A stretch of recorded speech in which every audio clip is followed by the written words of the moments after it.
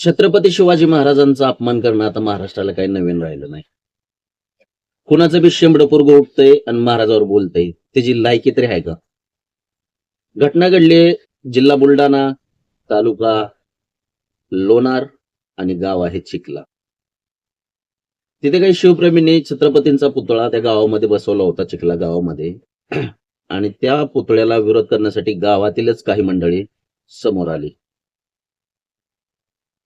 महाराष्ट्राचा आराध्य दैवत अर्थात छत्रपती राजे म्हणजे आपले छत्रपती शिवाजी आहेत, यांचा पुतळा ठेवण्यासाठी सुद्धा महाराष्ट्रामधूनच विरोध व्हायला लागलाय. ज्यांनी महाराष्ट्र मिळवून दिला, स्वराज्याची निर्मिती केली, आणि ज्या बांडगुळांनी याला विरोध केलाय त्या गावचा सरपंच पण त्याच्यामध्ये आहे, तुम्हाला माहित असेल. कारण अशा प्रकारची जी विकृत मानसिकता आपल्या महाराष्ट्रामध्ये आता वाढत चालली आहे, नक्कीच महाराष्ट्राच्या नव्हे संपूर्ण भारतासाठी धोक्याची घंटा आहे. कारण एकीकडे हिंदू मुस्लिम चालू असताना दुसरीकडे जर आपण छत्रपती शिवाजी महाराजांना जर विरोध करायला लागलो तर नक्की आपण माणूसच आहे का? की जनावरात आपल्यात काही फरकच राहिला नाही, आपल्याला शोधून पाहायची गरज आहे. काय करतोय आपण?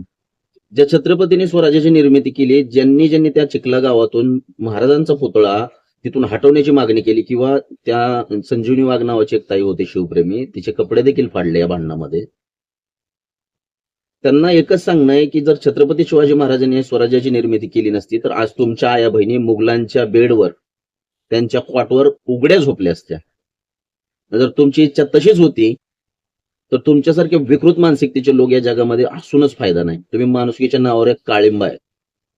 अर्थात मनोजदादा जरांगे यांनी सुद्धा आता या संदर्भात भूमिका घेतली असून, जे भाजपवाले आहेत, जे स्वतःला हिंदू धर्माचे ठेकेदार समजतात, मग ते नितेश राणे असतील, त्याच्यानंतर गोपीचंद पडळकर असतील, संग्राम जगताप असतील, आमदार प्रवीण दरेकर असतील, चित्राताई वाघ असतील, ज्यांना हिंदुत्वाचा नवनीत राणा असेल, त्यांनी सगळे झोपलेले आहेत. ही सगळी ही जी मंडळी आहे ना, ही फक्त हिंदू हिंदू करणार आहे.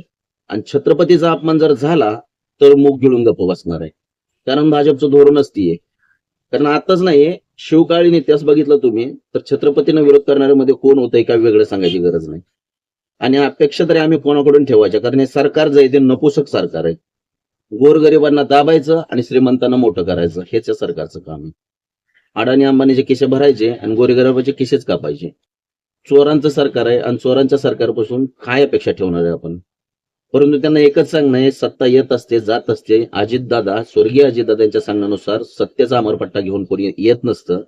उद्या जर तुमची सत्ता गेली तर तुम्हाला ह्याचे परिणाम नक्कीच भोगावे लागतील.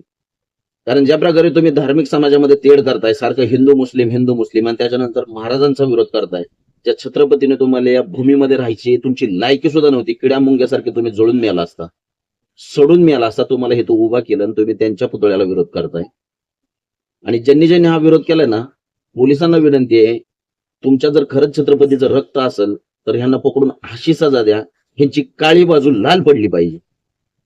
आणि तुम्हाला जर ते जमत नसेल तर मराठा समाज परिपूर्ण ह्या गोष्टी करायला, आणि मराठा समाज नक्कीच निषेध करणार, याचा आंदोलन करणार. जेवढे जण एक ना एक ज्यांनी ह्याच्यामध्ये कृत्य केलेले हे घाणेरडं कृत्य, सगळ्याला पकडा, हीच विनंती आहे. पोलिसांनी त्यांचा धर्म, त्यांचं जे रक्षण आहे, सदरक्षण आहे, खलनिग्रहण आहे, हे ब्रीदवाक्य खरं करून दाखवावं. बाकीचं मनोजदादा जरांगे आणि ज्यांना छत्रपतीचं रक्त ज्यांच्या अंगात आहे ते नक्कीच येतील. पण जे पुलचटलेले ना फक्त राजकारणासाठी, आता ते सगळ्यांना कळूनच चुकलंय की कोण किती विरोध करतोय आणि कशासाठी करतोय. नक्कीच मित्रांनो, बघूया पुढे काय होतं ते. तोपर्यंत पाहत राहा. जय महाराष्ट्र.